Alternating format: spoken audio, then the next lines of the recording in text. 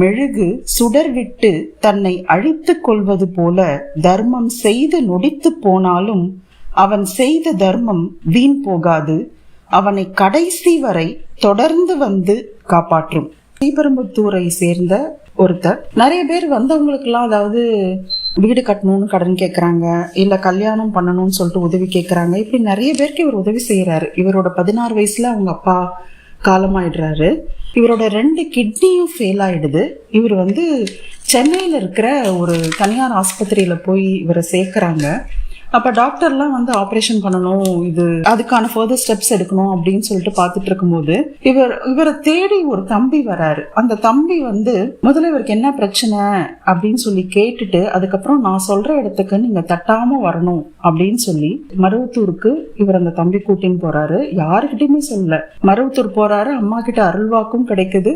அம்மா மருந்து சொல்றாங்க. அது மட்டும் இல்லாம இங்க 2 மணி நேரம் இருந்துட்டு போ, இங்க ஆலயத்துல 2 மணி நேரம் இருந்துட்டு போ அப்படின்னு அம்மா சொல்றாங்க. அதே மாதிரி 2 மணி நேரம் இருக்கிறாரு. அதுக்கப்புறமா இவர் ஆஸ்பத்திரி போய் படுத்துக்கிறாரு. அப்புறமா திரும்ப டெஸ்ட் எல்லாம் எடுத்து பார்த்தா ரொம்ப பெரிய ஆச்சரியம். போத் கிட்னிஸ் ஃபெயில்டுன்னு சொன்னவங்களுக்கு அது எல்லாமே ஃபங்க்ஷன் ஆகுது. அந்த மாதிரி ஒரு அற்புதத்தை அம்மா செஞ்சிருக்காங்க. எதுக்காக அப்படின்னா அவர் செய்த தர்மம்.